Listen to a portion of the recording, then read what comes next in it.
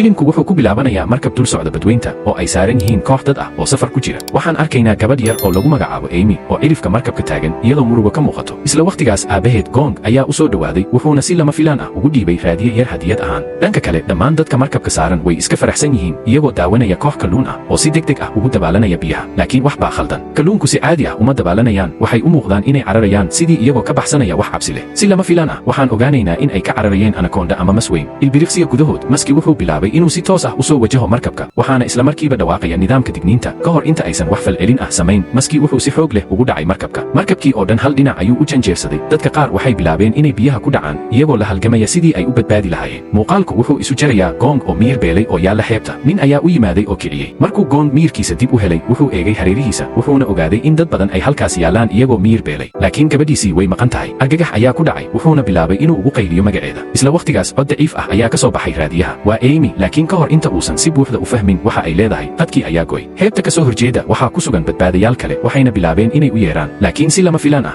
Gong wuxuu arkay gabadhiisa oo meel u dhow taagan. isagoon ka fikirin wuxuu bilaabay inuu ordo dhankeeda, balse isagoon meel gaarin saaxiibkiis ayaa joojiyey isagoo u tilmaamay maski oo gadaashooda jooga. qof walba wuu istaagay, indhaha ayayna cadeeyeen cabsi darteed. ka hor inta aysan cidna falcelin maski wuxuu bilaabay inuu weeraro isagoo dabadiisa weyn ku garaacaya dadka, qaarna hawada u tuuraya, qaar badanna si toos ah u liqaya. markuu arko tan Gong wuxuu u orday inuu badbaadiyo gabadhiisa, laakiin saaxiibkiis ayaa qabtay isagoo dib u celinaya. isla markiina maskii weynaa wuxuu liqay gabadhiisa kadibna wuxuu ku noqday keynta gudaheeda. Gong wuu dhacay isagoo qaylinaya oo naxsan. wuxuu indhihiisa ku arkay gabadhiisa oo la cunayo, waxna ma uusan qaban karin. laakiin mar kale raadiyihii ayaa dhawaaq sameeyey. taasi waxay beddeshay wax walba. hadda Gong wuxuu rumaysan yahay in gabadhiisu weli nooshahay, wuxuuna go'aansaday inuu galo keynta. laakiin kuwa kale ayaa isku dayay inay joojiyaan iyagoo uga digaya in gelitaanka keynta ay la micno tahay dhimasho la hubo. balse hal nin ayaa ogolaaday inuu raaco. ugu dambayntiina 6 qof ayaa go'aansaday inay si wada jir ah u galaan keynta. qoladii kale waxay sii wadeen inay ku heesaan soo noqda adinkoo nabad ah. keynta ayayna ku sii carareen. qoladii xeebta qof ayaga ka mid ah ayaa isku dayay inuu waco koox samata bixin ah, laakiin signaal ma leh taleefanka. si lama filaan ah bahal weyn ayaa adeegsaday carabkiisa si uu isagana ugu jiido gudaha. isla waqtigaas waxaan arkaynaa maski oo mid ugu tufaya dadkii uu liqay gudaha godkiisa. ugaarsi ayuuna aaday. isla markiiba kabtankii ayaa soo naaxay. wuxuu isku dayay inuu helo waddo uu kaga baxo, laakiin wuxuu ogaaday xaqiiqda. ma jirto meel loo baxsado. godku kor keliya ayuu ka furan yahay, mana la gaari karo. wuxuu bilaabay inuu kiciyo dadka kale si tartiib ahna qof walba miyirkiisa ayuu dib u helay. kadibna wuxuu ogaaday wax aan la rumaysan karin.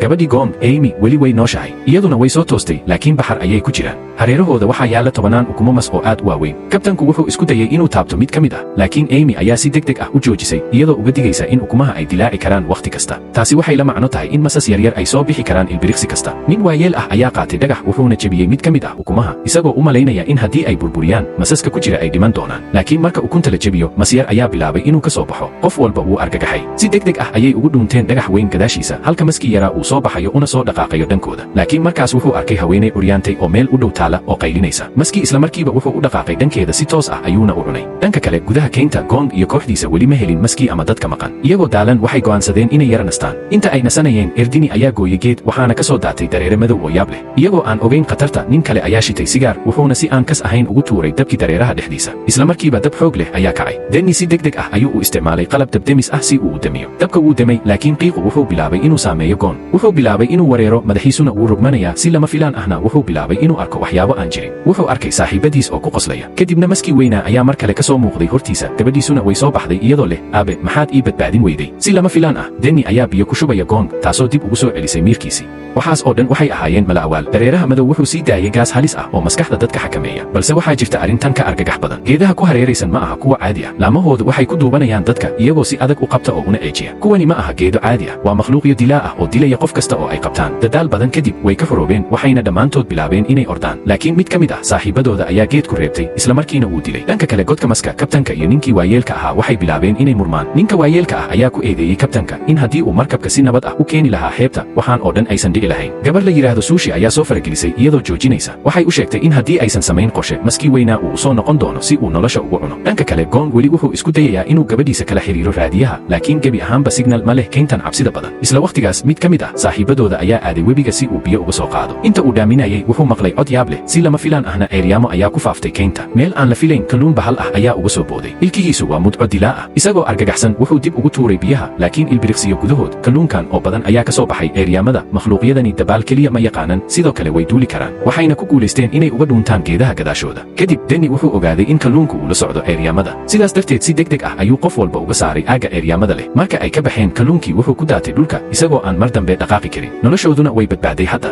markii neefta ka soo fuqday Denny wuxuu arkay raad aad u weyn wuxuu kor u eegay geedaha wuxuuna arkay makhluuq yaab leh oo ku dhegan geedka qof walba wuu yaabay nin ayaa ku dhawaaday inuu dhagax ku tuuro laakiin ninkii waayeelka ahaa ayaa joojiyey ka hor inta aysan cidna falcelin makhluuq weyn ayaa kor ka soo dhacay waa rah isbedelay wuxuuna horay u cunay dad badan isagoo adeegsanaya carabkiisa qof walba wuu argagaxay cabirka makhluuqan waa mid aan la rumaysan karin dilkiisuna wuxuu u muuqdaa mid aan suurtagal ahayn isla markiiba waxay bilaabeen inay ordaan laakiin rahi wuxuu mar kale adeegsaday carabkiisa isagoo qabtay ninkii waayeelka ahaa ayaa ku dhow in la liqo laakiin si adag ayuu geed u qabsaday balse gacmihiisu way sii siibtaan kuwa kalena waxay u carareen inay caawiyaan isla wakhtigaas mid ka mid ah ayaa mindi ku dhuftay carabka rahi laakiin dareere aashito ah ayaa ku daatay wejigiisa isla markiina gubaya Denny ayaa soo orday oo ku tuuray bir fiiqan rahi isagoo ku dhuftay ishiisa makhluuqu wuxuu sii daayay ninkii waxayna fursaddan uga faa'iidaysteen inay baxsadaan laakiin rahi weli kama harin wuxuu ku booday geedaha korkooda asagoo jejebinaya keynta si lama filaan ah maski weyna ayaa soo muuqday oo rahi gebi ahaan baliqay qof walba waxaa ku dhacaya maski wuxuu hortooda ku cunay rahi laakiin hadda dareenkiisu wuxuu u jeedaa iyaga waxay bilaabeen inay la cararaan naftooda laakiin ninkii waayeelka ahaa iyo wiilkii rahi horay u dhaawacay ayaa si tartiib ah u ordaya iyagoo la halgamaya inay baxsadaan ayay turunturoodeen wayna dhaceen maski weyna wuu u soo dhowaaday laakiin si lama filaan ah ayuu ugu dhex xanimaa dhowr geed oo waaweyn mid ka mid ah saaxiibadood ayaa qumbe ku tuuray maska si uu u mashquuliyo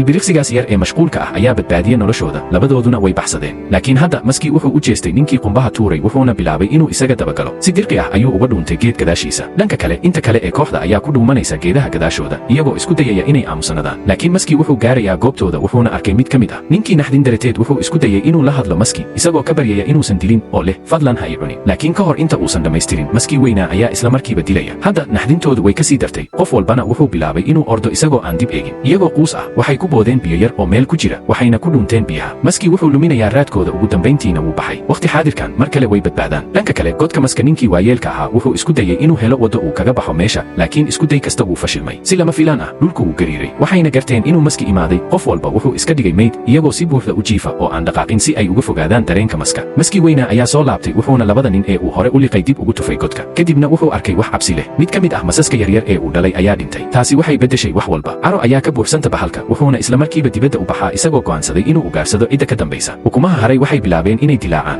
mid ayay u bilaabeen inay furmaan masas yaryar ayaa soo baxay qof walbana wuu argagaxay iyagoo ku kala cararaya jihooyin kala duwan laakiin gabadhii Gong Amy ma awoodo inay orodo waxay iska istaagtay meel u dhow maska yar gabadhii yarayd isma waalin waxay si tartiib ah gacanteeda u saartay madaxiisa si la yaab leh maskii yaraa waxba ma samaynin waxaan ogaanaynaa in Amy markii ay markabka saarnayd akhrisay buug ayna ogaatay in haddii maska yar uusan helin hooyadiis isla marka uu kunta ka soo baxo uu hooyo ka dhigan doono makhluuqa ugu dhow ee nool taasina waa waxa hadda dhacaya maskii yaraa wuxuu Amy u arkay hooyadiis mana waxyeelaynin si kastaba ha ahaatee si lama filaan ah ayuu u qabtay nin kale oo ag joogay wuuna dilay isla markiiba isla wakhtigaas ninkii waayeelka ahaa wuxuu ku guulaystay inuu ka baxsado godka laakiin halkii uu ka caawin lahaa kuwa kale wuu cararay dhanka kale kooxdii Gong waxay sii wadaan socodkooda ugu dambayna waxay gaareen guri yaab leh iyaga oo aan ka labalabayn waxay galeen gudaha waxayna ka heleen dhalooyin kiimiko ah waxayna ogaadeen wax yaab leh meeshan hore waxay u ahayd shaybaar tijaabooyin lagu sameeyo sannado badan ka hor derbiyadana waxaa ku dhigan sawirro xayawaano dhammaantoodna waxaa loo adeegsaday tijaabooyin hadda wax walba way cad yihiin dhammaan makhluuqyadan maska kalluunka rahda mar bay ahaayeen xayawaan caadi ah balse waxay isu beddeleen bahallo sababtoo ah tijaabooyinkan lagu sameeyey awgood waxay heleen raadiye waxayna isku dayeen inay la xiriiraan kooxda samata bixinta laakiin waa mid duug ah oo si dhib leh u shaqaynaya si lama filaan ah waxay maqleen qof bannaanka ka soo shanqaraya si degdeg ah ayayna u dhunteen daqiiqado kadib nin ayaa soo galay waa isla ninkii ka soo baxsaday godka maska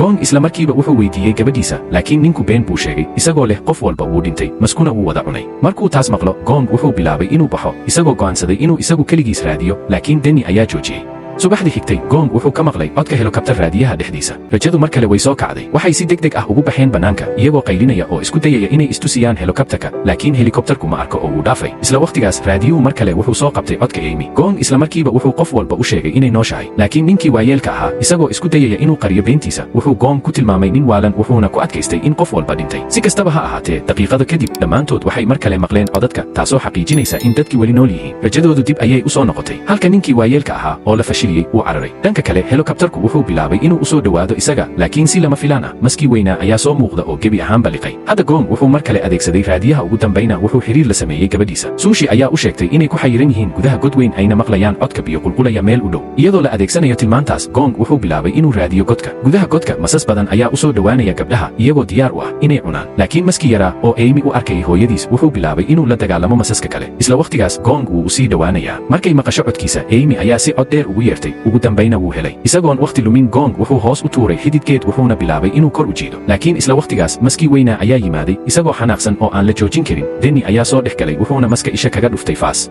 maskii wuxuu la gariiray xanuun wuxuuna dareenkiisa u jeediyey Denny markuu ku dhow yahay inuu dilo saaxiib kale ayaa weeraray oo ka riday ishiisii labaad taasoo maska ka dhigaysa gebi ahaanba indhoole dhanka kale Gong weli wuxuu sii wadaa inuu qof walba kor u jiido isla waqtigaas kabtankii markabka ayaa naftiisa u huraya isagoo kor u riixaya gabdhaha si ay u badbaadaan Gong ugu dambayn wuxuu kor u soo jiiday gabadhiisa wuxuuna dareemay daqiiqad nafis ah laakiin nafiskaas ma sii jirin muddo dheer maskii weynaa ayaa mar kale soo kabsaday dhanka kale ninkii hore uga baxsaday godka wuxuu isku dayay inuu ka baxo keynta laakiin nasiibku wuu ka hiiliyey wuxuu dib ugu soo dhacay godka maska isla markiiba masas ayaa dilay kooxda ugu dambayn waxay gaareen xadka keynta laakiin Denny wuxuu u sheegayaa inay kala baxaan haddii kale dhammaantood way wada dhiman doonaan Gong iyo gabdhihii waxay u ordeen dhinac halka Denny iyo saaxiibkiis ay go'aansadeen inay la dagaalamaan maska Denny wuxuu weeraray maska xitaa wuxuu gooyey jirkiisa laakiin wax saamayn ah kuma yeelanayso makhluuqu aad buu u xoog badan yahay markuu ku dhow yahay inuu dilo saaxiibkiis ayaa badbaadiyey waxayna labadooduba u baxsadaan gudaha keynta waxay gaareen meeshii hore looga helay dareeraha sunta ah maskii wuxuu ogaaday inay dabin tahay si kooban ayuuna dib ugu gurtay dhanka kale Gong wuxuu gabadhiisa iyo Sushi u sheegayaa inay meel fog u cararaan isagu wuxuu go'aansaday inuu dib ugu laabto si uu u caawiyo saaxiibadiis markuu dib u ordo Denny wuxuu ku qayliyaa inuu dib u laabto laakiin isla waqtigaas Gong ayaa jeestay wuxuuna arkay wax argagax leh maskii weynaa ayaa qabtay gabadhiisa mar kale ayuuna liqay wuxuu si toos ah ugu orday maska isagoo si aan kala joogsi lahayn u weeraraya laakiin maskii ayaa dib u weeraray isagoo dhulka ku tuuray markuu ku dhowaaday inuu dilo Denny ayaa qori dab leh qabsaday isagoo soo jiidanaya dareenka maska wuxuuna u orday dhanka uu yaalo dareeraha sunta ah maskii ayaa daba orday waqtigii ku habboonaa Denny wuxuu ku tuuray dabka dareeraha isla markiiba dab weyn ayaa kacay maskii weynaa wuu gubtay gebi ahaanba dab ayaa qabsaday waana dhintay kadib waxay dilaaciyeen maska Gongna wuxuu ka soo jiitay gabadhiisa gudaha maska iyadoo suursan qof walba wuxuu u malaynayaa inay dhimatay Gong neef ayuu ka raadinayaa isagoo ooyaya oo murugaysan laakiin nasiib wanaag way nooshahay wayna dhaqdhaqaaqaysaa filimkana halkaas ayuu ku dhammaaday waad mahadsan tahay walaal haddii aad halkaan nala soo gaartay waxaan si xushmad leh kaaga codsanayaa inaad sabskrayb isoo dhahdo fiidiyogana leeg ii saarto si uu meel dheer igu gaaro mahadsanid